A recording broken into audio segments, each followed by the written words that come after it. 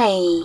In front of me is Motorola Moto E22 and today I would like to show you how you can connect it to a printer.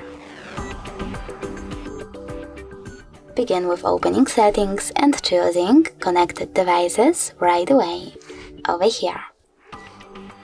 Then click on connection preferences, choose printing section and tap on default print servers right away, or click on add service and install the best one for you. When it's ready, click on the back button twice.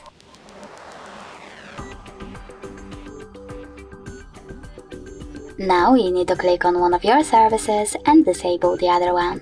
So for example, I will disable HP one by tapping on this sweater, go back, click on default print service and wait. As you can see, my device just connected to a printer. Thanks so much for watching. If you enjoyed this video, smash that like button, comment and definitely subscribe. Bye!